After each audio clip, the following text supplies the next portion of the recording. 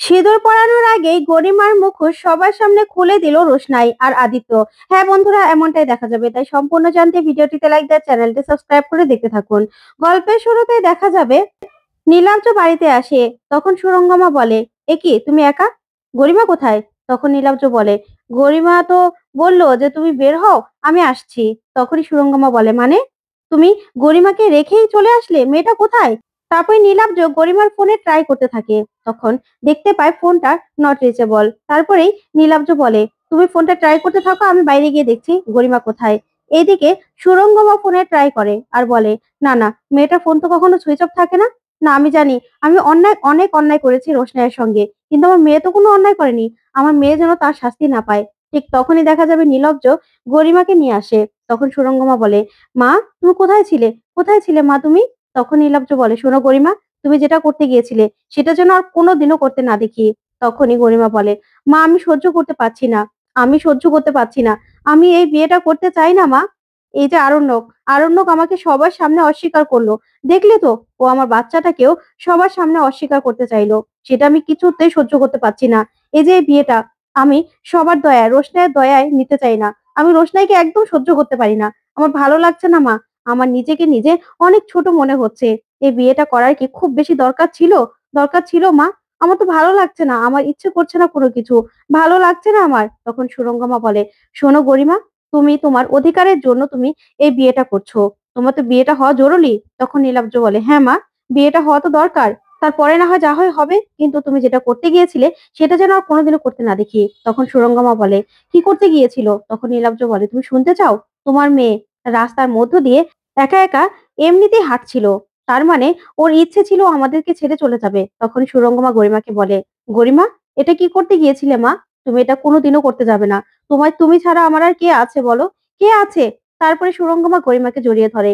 ওইদিকে গরিমা কাঁদতে থাকে আর বলে, না মা, আমার না ভালো লাগছে না, কিচ্ছু ভালো লাগছে না। তখনই নীলাব্জ গরিমার জন্য জল নিয়ে আসে আর বলে, জলটা খেয়ে নাও। তারপরে নীলাব্জ বলে, আচ্ছা গরিমা, তুমি কি বিয়েটা করতে চাও না বলো তো?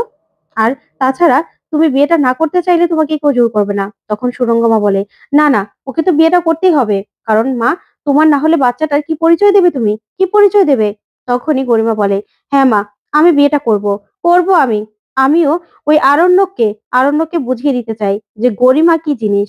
গরিমা, গরিমা নামের কাঁটাটা সারা জীবন ওই আরণ্যকের গলায় যেন বিঁধে থাকে, সেটারই ব্যবস্থা করবো এবার আমি। তখন নীলাব্জ এই কথা শুনে চমকে যায় আর বলে, শুধুমাত্র এই কারণে তুমি বিয়েটা করতে চাও? তখনই সুরঙ্গমা বলে, এই কারণে মানে কি বলতে চাও তুমি? ও প্রেগনেন্ট, তুমি সেটা বুঝতে পারছো না? সেটা কি যথেষ্ট কারণ নয়? তখন নীলাব্জ বলে, না না, গরিমা তো অন্য কথা বললো। শুধুমাত্র কি তুমি এই কারণে বিয়ে করতে চাও? তখনই গরিমা বলে, বাবা, আমি শুধু এবার বিয়েটা কমপ্লিট করব। সব সময় আমাকে খোঁটা দেওয়া, তাই তো? যে আমার নাকি ওর সঙ্গে বিয়েটাই হয়নি। এবার আমি বুঝিয়ে দেব যে এই গরিমা কি জিনিস। এতদিন তো ওকে আমি ভালোবেসেছি, ভালোবাসাটাও আমার দেখেছে। এবার দেখবে যে গরিমার আসল রূপ, গরিমা কতটা ভয়ঙ্কর হতে পারে, সেটা এবার দেখবে। ওকে আমি কোনোদিনও ছাড়বো না, কোনোদিনও না।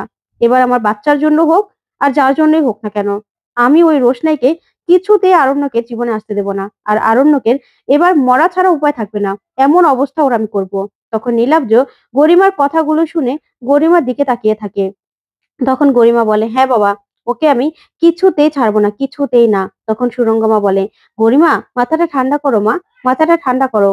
এগুলো বলে না, এগুলো বলা ঠিক হবে না তোমার, এগুলো বলো না। তখনই গরিমা বলে, না মা, আমি ঠিকই বলছি। এবার শুধু বিয়েটা হোক, তারপরে দেখবে যে এই গরিমার আসল রূপ কি। তখন নীলাব্জ গরিমার কথাগুলো শুনে এক দৃষ্টিতে তাকিয়ে থাকে আর মনে মনে ভাবে, এসব কি বলছে গরিমা, কি বলছে। তারপরের দিন দেখা যাবে গরিমা আর আরণ্যকের বিয়ে হচ্ছে। তখন রোশনাই একদম ওদের বিয়ের সামনেই দাঁড়িয়ে আছে। তখন আরণ্যকের মনটা অনেক খারাপ, কিন্তু গরিমার সঙ্গে শুভদৃষ্টি করতে হবে। তখন আরণ্যক গরিমার দিকে একটুও তাকায় না। তারপরে গরিমা আরণ্যকের দিকে তাকায় আর দুজনের মালা বদল হতে থাকে। এদিকে দেখা যাবে আদিত্য এসে রোশনাইকে বলে, রোশনাই, তোমার সঙ্গে আমার কথা আছে। তখন রোশনাই বলে, দেখো আদিত্য, আমি তো দেখছো এই বিয়েতে দাঁড়িয়ে আছি। বিয়েটা শেষ না হওয়া পর্যন্ত আমি কোথাও এখান থেকে সরবো না। আগে বিয়েটা হয়ে যাক, তারপরে না হয় আপনার মুখ থেকে আমি সব কথা শুনবো। আমি জানি আপনার অনেক কিছু বলার আছে, তাই তো? তখন আদিত্য বলে, দেখো রোশনাই, অনেক ইম্পর্টেন্ট কিছু কথা আছে। তখন রোশনাই বলে, আমি জানি। তবে এখন আমার কাছে সবথেকে বেশি ইম্পোর্টেন্ট হলো স্যারজি আর গরিমা দিদির বিয়েটা হওয়া। স্যারজি যে আমাকে এরকম ভাবে ঠকাতে পারে সেটা আমি কোনোদিনও ভাবিনি। সেটাই আজকে এখন আমি দাঁড়িয়ে, দাঁড়িয়ে দেখব আর ভাববো। আর কোনোদিনও যেন আমাকে ঠকতে না হয় সেটাই আমি প্রার্থনা করব। ওইদিকে দেখা যাবে সুরঙ্গমা বলে, "যাক, আমার জীবনে অনেক ট্র্যাজেডি আছে। কিন্তু ফাইনালি আমার মেয়ের জীবনটা এবারে গুছানো হবে। আমার মেয়ের ফাইনালি ভালোভাবে বিয়ে হচ্ছে। সেটাই আমার দেখে এবার শান্তি। আর কোনো চাওয়া পাওয়া নেই আমার।" তখনই দেখা যাবে আরণ্যকের বাবা বলে, "ঠিক বলেছেন। আসলে ঈশ্বর যেটা চায় সেটাই হয়। এটাই হয়তোবা ঈশ্বরের ইচ্ছে ছিল যে গরিমা এ বাড়ির বউ ছিল, গরিমাই এই বাড়ির বউ থাকবে।" তখন নীলাব্জ বলে, "বিশ্বাস করুন, মেয়েটার ভালোভাবে বিয়ে হয়ে যাক। না হলে সমাজ যে ওকে ওর দিকে আঙুল তুলবে সেটা আমি চাই না। সমাজ ওকে খারাপ বলবে, ওকে সিঙ্গেল মাদার বলবে সেটা আমি চাই না। তারপরে ওরা কি ডিসিশন নেবে না হয় ওদের ডিসিশনটা ওরা নিয়ে নেবে। তখন আর আমার কিছু বলা থাকবে না।" তখনই আরণ্যকের বাবা বলে, "কি যে বলেন না? ওইসব কথা আর বলবেন না। ওইসব কথা ওঠানোর কোনো দরকার নেই। গরিমা আমাদের বাড়ির বউ ছিল আর আমাদের বাড়ির বউই থাকবে।" তখনই আরণ্যকের মা বলে, "হ্যাঁ, এটা জানেন তো যে ভগবান সবকিছু ঠিক করে রাখে। কে কার সঙ্গে বিয়ে হবে না হবে সবকিছু। না হলে শেষ মুহূর্তে গরিমার এত বড় একটা সুখবর পেতাম? পেতাম না তো। ঠিক ভগবান চেয়েছিল যে ওরা দুজনেই একসঙ্গে থাকুক। তার জন্যই তো এত বড় একটা সুখবর পেলাম। না হলে এতদিন তো কোনো কিছু ছিল না। আর এখন দেখুন আমাদের বাড়ির বংশধর আসতে চলেছে।" তখন নীলাব্জ বলে, "জানি না। আগে ভালোই, ভালোই বিয়েটা হয়ে যাক। তারপরে যদি ওরা আলাদা হয়ে যেতে চায়, তারপরে না হয় আলাদা হয়ে যাবে। কিন্তু এখন তো ওরা একসঙ্গে বিয়েটা করুক। আমার মেয়ের জীবনটা পরিপূর্ণ হোক। তারপরে যদি ওরা দুজন একসঙ্গে না থাকতে চায়, না থাকবে। তাতে আমার কোনো আপত্তি নেই। কিন্তু সমাজ তো আর আমার মেয়েকে কোনো কিছু বলতে পারবে না, আঙুল তুলতে পারবে না।" তখন আরণ্যকের বাবা বলে, এসব অমঙ্গলের কথা বলবেন না। ওরা কেন আলাদা হবে? ওদের ভবিতব্য হলো ওরা দুজন একসঙ্গে থাকবে। তাই ওদের একসঙ্গে থাকাটাই হলো ভবিতব্য। ওরা একসঙ্গেই থাকবে। বুঝতে পেরেছেন?" তখনই সুরঙ্গমা বলে, "আমার জীবনে আর কিছু আমি চাই না। আমার মেয়ের জীবনটা সুন্দর করে গুছিয়ে যাক। এটাই আমি চাই। আর কিচ্ছু না।" তখনই আরণ্যকের মা বলে, "দেখেন, এখানে তো সবাই আছে বিয়েতে। সবাই দাঁড়িয়ে, দাঁড়িয়ে বিয়ে দেখছে, বিয়ের সব আয়োজন করছে। অথচ রোশনাই মেয়েটা এখনো দাঁড়িয়ে আছে। কি বেহায়া! সবকিছুতে নাম কিনতে চায়।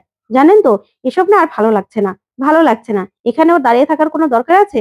ওর তো এই বিয়েতে আসাই উচিত না।" তখনই এই কথাতে সুরঙ্গমা বলে, "জানেন তো, কিছু, কিছু মানুষ আছে সব ব্যাপারে নাম কিনতে চায়। এ হলো ওরকমই একজন মানুষ। তার জন্য সব ব্যাপারে ওর নাক গলাতেই হবে। এই যে দেখুন না, ভালো মানুষই হয়ে এখানে দাঁড়িয়ে আছে। আসলে ওর যে এখানে কোনো জায়গা নেই সেটাও বুঝতেই পারছে না। কোনো জায়গা নেই।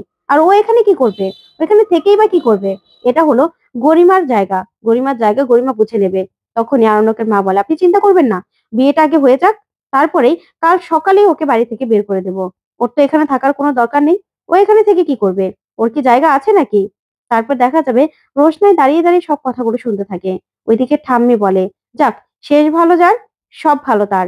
এটাই তো চেয়েছিলাম যে গরিমার সঙ্গেই আমাদের দাদু ভাই সুখে শান্তিতে ঘর করুক, তাই না?" কিন্তু দাদু ভাইয়ের এই কথাগুলো একদম শুনতে ভালো লাগে না।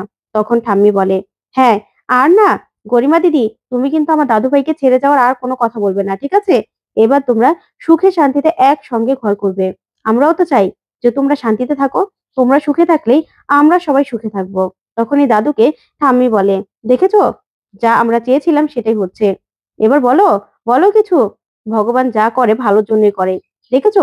না হলে এতদিন বাচ্চার কোনো কথা ছিল না। হঠাৎ করেই শেষ মুহূর্তে, না হলে বিয়ের আগের দিন কোনোদিনও এরকম একটা সুখবর আসতে পারে?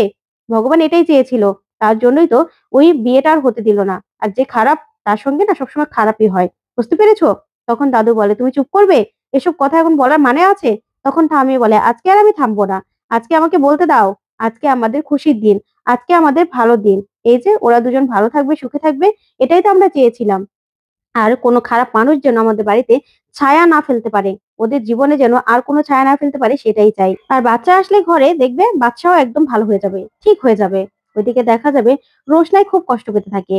তারপরে দেখা যাবে ঠাম্মি বলে, "হ্যাঁ, জানো তো, কিন্তু দাদু ভাই দাদু ভাই যেন ঠিক হয়ে যায় সেটাই আমরা চাই।" তখন দাদু বলে, "তুমি চুপ করবে? তোমার এসব কথাগুলো বলার কি আর দরকার আছে? এসব কথাগুলো শোনানোর তো আর কোনো দরকার নেই।" তখন ঠাম্মি বলে, "কেন বলবো না? কেন বলবো না? আজকে তো আমাদের বলার দিন। তুমি তো খুব রোশনাই করতে। এখন করো না। এখন রোশনাই করো।" তখন দাদু কিছুই বলে না। ওইদিকে দেখা যাবে মিনি মিনি খুব মন খারাপ আর বলে আমার না একদম ভালো লাগছে না এসব। তখন রোশনাই বলে কেন মিনি, তুমি কেন এরকম করছো, ভালো লাগবে না কেন? তখন মিনি বলে আজকে তো তোর সঙ্গে বড়দা ভাইয়ের বিয়ে হওয়ার কথা ছিল, আর দেখ কার সঙ্গে কার বিয়ে হচ্ছে। একদম ভালো লাগছে না আমার, এই বেকামুখিটাই এ বাড়িতে রয়ে গেল। আমার না এসব আর সহ্য হচ্ছে না। তখন রোশনাই বলে এ কথা কেন বলছো মিনি, শোনো, তোমার দাদা ভাইয়ের বউই তো এই বাড়িতে থাকবে তাই না? আর তাছাড়া কদিন পরে তোমার দাদা ভাইয়ের ঘরে বাচ্চা আসবে, তখন সেই বাচ্চার সঙ্গে তুমি খেলা করবে, তোমার ভালো লাগবে। তখন মিনি বলে না, একদম না, আমার একদম ভালো লাগবে না, ওর সঙ্গে আমি কিছুতেই খেলা করব না। আর ওকে আমার একদম সহ্য হয় না, ও একটা মিথ্যে কথা বলছে, তোর সঙ্গে বিয়ে হলে ভালো হতো। তখনই রোশনাই বলে মিনি, এসব কথা বলতে হয় না। তখন মিনি বলে তুই আমাকে ধমক দিলি, তুই আমাকে বকলি। তখন রোশনাই বলে আসলে মিনি এসব কথা বলতে হয় না, তুমি এসব কথা বললে না তোমাকে আমি আরো বকবো, তুমি এসব কথা বলো না। তোমাকে তোমাকে আমি তো খুব ভালোবাসি বলো, তোমাকে বকতে কি আমার ইচ্ছে করে? তখন মিনি সেখান থেকে রেগে চলে যায়। ওইদিকে দেখা যাবে জেঠু জেঠিমাকে বলে জানো তো যা হচ্ছে ভালোই হচ্ছে, আমার মনে হচ্ছে যা হচ্ছে ভালোই হচ্ছে। তখন জেঠিমাও বলে হ্যাঁ হ্যাঁ, আমারও তাই মনে হচ্ছে, যা হচ্ছে ভালোই হচ্ছে। না হলে রোশনাইকে ওরা কোনোদিনও টিকতে দিত না, মেয়েটাকে কোনোদিনও শান্তি দিত না। আমি জানি তো, এখন অন্তত মেয়েটা একটু শান্তি পাবে, দেখবে ওর জীবনেও ভালো হবে। দেখো না ও কিভাবে দাঁড়িয়ে আছে, আমার মনে হচ্ছে, আমি বুঝতে পারছি যে মেয়েটার কতটা কষ্ট হচ্ছে, ওর মনটা যে পুরো ভেঙে যাচ্ছে। তখন জেঠু বলে হ্যাঁ, ওর মনের ভিতর দিয়ে কি যাচ্ছে সেটা তো আমি জানি, আমরা তো বুঝতে পারি বলো, ওর জন্য তো আমাদের কষ্ট হয়। কিন্তু দেখো, ও একদম ভালো থাকবে, ও অনেক নাম করবে, ওর অনেক টাকা পয়সা হবে। মানুষের জীবন তার একরকম যায় না, আর একরকম থাকেও না। কিন্তু আজকে যেটা হচ্ছে সেটা যদি না হতো, এখানে যদি রোশনাই থাকতো, তাহলে অনেক কিছু ঘটতে পারতো, অনেক কিছু। তখনই বড়মা বলে ঠিকই বলেছ, কিন্তু বাচ্চার অসুখের কথাটা? তখন জেঠু বলে তাই তো, বাচ্চাকে দেখতে তো একদম ফিট মনে হচ্ছে, ওর তো কোনো অসুখ আছে বলে মনে হচ্ছে না। আচ্ছা দাঁড়াও, বিয়েটা হয়ে যাক, তারপরে না হয় বাচ্চার সঙ্গে আমি কথা বলবো। তখনই বড়মা বলে না না, দরকার নেই, আগ বাড়িয়ে তুমি কিছু বলতে চেও না, যা হওয়ার তা হবেই। যদি কোনো অসুখ থেকে থাকে তাহলে তো আমরা জানতে পারবো, তোমার আগ বাড়িয়ে কিছু বলার দরকার নেই। তখন জেঠু বলে আচ্ছা ঠিক আছে, যাও, আমরা বলবো না, বলবো না আমি। তবে এই নিয়ে বাচ্চার সঙ্গে তো একটু কথা বলতে হবে, কারণ রোশনাই বারবার বলল ওর অসুখের কথা, সেটা জানতে হবে না? তখনই বড়মা বলে আচ্ছা এরকম কিছু হলে পরে না হয় জানা যাবে, আগে বিয়েটা হোক। ওইদিকে দেখা যাবে মাধবী আর ছোট রোশনাইয়ের কাছে কাছে আসে, সে বলে রোশনাই শোন মা, এদিকে আয়। তখন রোশনাই বলে না মাধবী পিসি, আমি এখানে দাঁড়িয়ে আছি দেখছো তো, আমি না আজকে নিজের চোখে দাঁড়িয়ে দাঁড়িয়ে স্যারজি আর গরিমা দিদির 7 পাকে ঘোড়া দেখবো, একটা পাকও যেন কম না হয়, আমি নিজে গুনবো। না হলে এই নিয়ে পরে আবার আমাকে কথা শুনতে হবে, একটা পাকও যদি কম হয়, সেটা আমি হতে দিতে চাই না, কিছুতেই না। তখনই মাধবী বলে আমি তো জানি তোর কতটা কষ্ট হচ্ছে, তোর মনের ভিতর দিয়ে কি যাচ্ছে আমি তো জানি। তখন রোশনাই বলে না না মাধবী পিসি, যা হচ্ছে ভালোই হচ্ছে, না হলে এগুলো যদি পরে হতো না, তাহলে হয়তোবা আরো বেশি কষ্ট পেতাম আমি। তাই আমি এগুলো নিয়ে আর ভাবছি না, আমি এখানে দাঁড়িয়ে থেকে পুরো বিয়েটা দেখবো, তারপরে এখান থেকে সরবো, তার আগে আমি একটু এখান থেকে সরবো না। তখন মাধবী বলে কেন জেদ করছিস রোশনাই, বল না কেন জেদ করছিস, তোকে দেখে আমার মোটেও ভালো লাগছে না, তুই একটু আমার কাছে আয় না মা। তখন রোশনাই বলে কেন মাধবী পিসি, না আমি একদম ঠিক আছি, আসলে স্যারজি আমাকে যেভাবে ঠকিয়েছে না, কি বলবো, ওদের ওদের সম্পর্কটা যদি সত্যিই ভালো থাকতো, তাহলে কেন আমাকে ঠকিয়েছে বলো, কেন ঠকিয়েছে? আমি তো এই দিনটা চাইনি, আমি কি চেয়েছিলাম বলো তো, আমি তো রাজি হতে চাইনি। তখন ছোট বলে কিন্তু বাচ্চা তো এরকম মানুষ নয় যে বাচ্চা মিথ্যে কথা বলবে। কিন্তু আমি না কিছুই বুঝতে পারছি না, কি থেকে যে কি হচ্ছে কিছু বুঝতে পারছি না, কিন্তু বাচ্চার অসুখটা সেটাও তো বুঝতে পারছি না। তখন মাধবী বলে হয়তোবা তোমাদেরকে বলতে পারিনি, পরে বলবে। তখন রোশনাই বলে হ্যাঁ, এতদিন তোমাদেরকে হয়তোবা বলতে পারিনি, আমাকে বলেছে, এবার সবটাই তোমাদেরকে বলবে। আর আমি তো গরিমা দিদিকে বলেছি, গরিমা দিদি যেন স্যারজির ভালো করে ট্রিটমেন্ট করায়, স্যারজিকে ভালো করে তোলে, সেটাই সেটাই ভালো হবে।